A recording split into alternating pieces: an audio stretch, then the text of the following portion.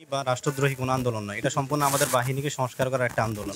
যেটা আমাদের দীর্ঘদিন আমাদের ফোর্স যারা আছে তারা অনেকে বুক খুলতে পারে নাই, মনের কথাগুলো বলতে পারে নাই, তাদের সংস্কারের কথা কাউকে জানাইতে পারে নাই। আজকে আমাদের অফিসাররা আসছে, সবার কাছে আমরা আমাদের আবেদনগুলো উপস্থাপন করেছি। ওনারা আমাদের আবেদনগুলো বিবেচনা করবে, বিবেচনা করার পর আমাদেরকে কর্মস্থলে ফেরাবে। এটা আমাদের সম্পূর্ণ নিজস্ব বাহিনীকে সংস্কার করার আন্দোলন, এটা আমাদের রাষ্ট্রবিরোধী কোনো আন্দোলন নয়। এবং মানুষের আমরা যাতে জনগণের আস্থা অর্জন করে পরবর্তীতে ডিউটি যেতে পারি, এটা হচ্ছে আমাদের সম্পূর্ণ যুক্তির দাবি। জনগণ আমাদের সহযোগিতা করবে, আমরা জনগণকে সম্পূর্ণ সহযোগিতা করব ইনশাআল্লাহ। জনগণের আমাদের পাশে থাকার জন্য আমি সবাইকে অনুরোধ করছি, আমাদেরকে নিজেদের ভাই মনে করেন, নিজেদেরকে পরিবারের সদস্য মনে করেন। আমরা কোনো বাহিরের কারণ না, আমরা আপনাদেরই ভাই বোন, আপনাদের পরিবারের সদস্য। আমরা আসলে আজকে পরিস্থিতির কারণে আজকে শিকার এরকম অবস্থা, নাহলে এরকম পুলিশ বাহিনী কখনো এরকম ছিল না।